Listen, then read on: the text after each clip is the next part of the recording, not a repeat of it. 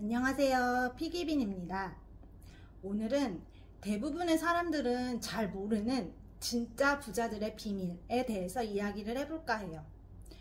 저는 대출금을 조금이라도 빨리 갚고 종잣돈을 좀 모으고 싶어서 수년째 절약을 생활화하며 살고 있는데요. 가끔씩은 대부분 즐기면서 사는데 이렇게까지 사는 게 맞나? 라는 현타가 올 때도 있었어요. 그리고 그때 이 부자들의 비밀에 대해서 알게 되었고, 제가 선택한 삶에 대해서 확신을 갖게 되었어요. 오늘은 그 이야기를 한번 공유해 보려고 합니다.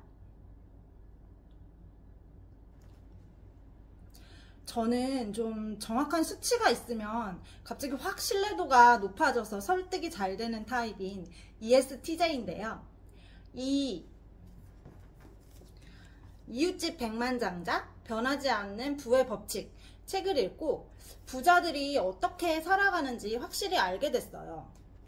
이 책에 대해서 간략히 소개를 해보면요. 무려 40년 동안이나 수천 명의 미국 부자들에 대해 연구를 해온 토머스 스탠리라는 박사님이 계세요. 이분은 40년간의 연구를 통해 가지고 부를 쌓을 수 있는 그런 구체적인 원칙과 그리고 막 확실하게 검증된 자산 축적의 길을 수치를 통해서 명확하게 안내를 하고 있는데요. 새로운 책을 준비하시는 도중에 불의의 사고로 갑자기 세상을 떠나시게 됩니다. 그래서 그분의 따님이신 세라 스탠리라는 분이 이제 아버지가 남기신 여러 가지 데이터나 메모, 그리고 또 그녀가 좀 더 분석한 내용들, 이런 거를 모두 포함을 해가지고 일종의 합작품인 이 이웃집 백만장자 변하지 않는 부의 법칙 책을 내시게 되었어요. 그래서 이 책을 보면은 백만장자들이 정확하게 몇 퍼센트가 어떤 생활 방식으로 살아가더라는 식으로 뭐라 반박할 수 없는 명확한 팩트로 오목조목 논리적으로 이야기를 펼칩니다. 이 책에서 분류한 백만장자의 조건은 말 그대로 순재산이 100만 달러 이상인 부자들의 데이터를 가지고 분석을 했어요. 그러면 많은 내용들 중에서 두 가지 큰 내용만 한번 발췌를 해볼게요. 첫 번째, 부자들은 지독한 절약쟁이들이다. 이 책에 따르면은 백만장자들은 예산을 세워서 생활을 하고, 그리고 그 절약이라는 것이 성공의 결정적인 요인이라고 생각을 한대요. 또 그들은 쇼핑을 자주 하지 않고 할인 상품이라고 마구 선호하지도 않는다고 합니다. 그래서 대다수의 부자들이 블랙 프라이데이 때 상점 안에 들어가 본 적도 없다고 하네요. 이 책에서 주로 분석하는 백만장자들은 대부분이 자수성가한 부자들이에요. 즉, 상속 등에 의해서 원래부터 부자였던 사람보다는 스스로 노력을 해서 부자의 대열에 들어간 이런 사람들을 대상으로 분석을 한 거죠.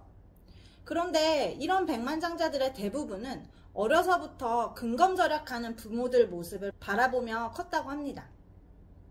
그리고 마지막으로 또한 놀라운 사실, 미국에서는 도요타나 혼다, 포드 이런 차들이 고급 승용차에 포함되지가 않는데요. 그런데 미국 백만장자의 상당수는 오랜 기간 동안 한 차로 이런 도요타나 혼다나 포드 이런 브랜드의 차량을 타고 있다고 합니다. 요즘 우리나라에 보면 독일계 외제차들이 굉장히 흔해졌잖아요. 좀 그런 걸 생각을 해보면 좀 아이러니하기도 하죠. 두 번째는 백만장자의 소득은요, 실제 자산의 10%도 안 된다고 합니다. 즉, 소득으로 쌓은 부라기보다는 다른 무언가에 의한 부인 거죠. 그게 뭘까요? 네, 열심히 절약해서 모은 그 수입을 투자를 통해서 키운 거예요. 즉, 투자로 부를 쌓은 거죠.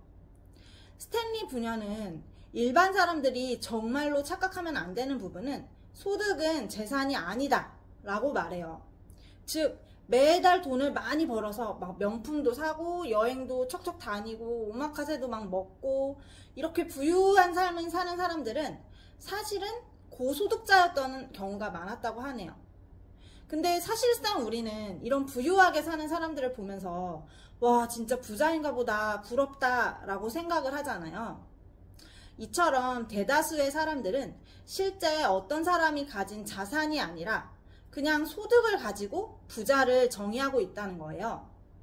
그런데 그 고소득자들이 실제로 부자인가 따져보면 순재산 자체는 적은 그냥 과소비 집단인 경우가 많았다고 하네요.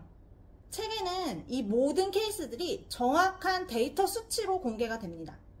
궁금하시거나 의문이 드시는 분들은 책을 꼭 한번 읽어보셔도 좋을 것 같아요. 참고로 대부분 저는 전자책으로 독서를 하는데요. 정말 이 책은 소장 가치가 있다고 생각을 해서 이렇게 구매를 해서 가지고 있어요. 종종 읽고 있습니다. 저도 아직은 자산보다는 빚이 많은 재테크 애송이에요. 그러다 보니 열심히 책도 읽고 투자도 이것저것 해보고 여러 가지 재테크 분야에 관심을 가지면서 살다가도 처음 말씀드렸던 것처럼 어느 날은 이렇게 사는 게 맞나 라는 생각에 괜히 쇼핑도 다시 좀 해보고 싶을 때도 있고 훌쩍 여행을 떠나고 싶을 때도 있고요. 왜냐면은 자꾸 막 소셜미디어 같은 데를 보면은 뭐 코인으로, 주식으로, 부동산으로 재산이 갑자기 빵 터지거나 아니면 원래 금수저였던 것만 같은 나랑은 다른 세상을 살고 있는 사람들이 많은 것 같으니까요. 그런데 이 책을 보면 성공의 공식은 변하지 않았다 라는 진리를 오목조목하게 설명해주고 있어요. 유행을 무시하고 사람들의 견해와 영향력에 무관심하고 수입보다는 검소한 생활을 하는 것이 그들의 특징이라는 거죠. 저도 이 가이드를 믿고 절약과 투자를 생활화해 보려고 하는데요. 그 중에서 절약 생활은 어느 정도 저도 생활이 되었다고 생각을 하고 그래서 절약에 대해서는 저도 한번 이야기를 해볼 수 있을 것 같아요. 그래서 제가 생각하는 절약의 장점들은 이런 거예요. 먼저 당연하게도 절약을 해야지만 돈을 빨리 모을 수 있고요. 두 번째로는 수입이 늘어도 절약하는 습관 때문에 수입이 늘어난 만큼 그만큼 더 저축을 할 수 있어요. 그리고 마지막으로는 사치하지 않아도 소박함에서 행복을 충분히 느낄 수 있습니다. 재테크를 생활하면서 가장 중요한 거는 절약을 하기 위해서 뭔가 남보다 빠른 할인 정보를 얻는 것도 아니고 누가 기회라고 하는 투자 정보나 투자 스킬을 빨리 얻는 것도 아닌 평생 흔들림 없이 나아갈 수 있는 힘을 주는 마인드가 가장 중요한 것 같아요. 저는 이 마인드가 정말 중요하다고 생각을 하고 마인드가 바뀌면은 더 이상 아끼는 것도 하고 싶은 일을 참는 것들도 모두 행복한 일상이 됩니다. 그리고 이렇게 마인드를 바꾸는데 가장 좋은 거는 이런 책들을 주기적으로 읽는 것 같아요. 그래서 이 책은 그냥 내돈내산입니다. 정말로 제가 찐으로 추천하는 책입니다. 한 번쯤 꼭 읽어보시기를 바라요. 그러면 오늘도 영상 시청해주셔서 정말 감사하고요. 비가 정말 많이 오죠. 그래도 즐거운 일상들 보내시길 바랍니다. 제 영상이 도움이 되셨다면 구독과 좋아요도 부탁드려요. 감사합니다.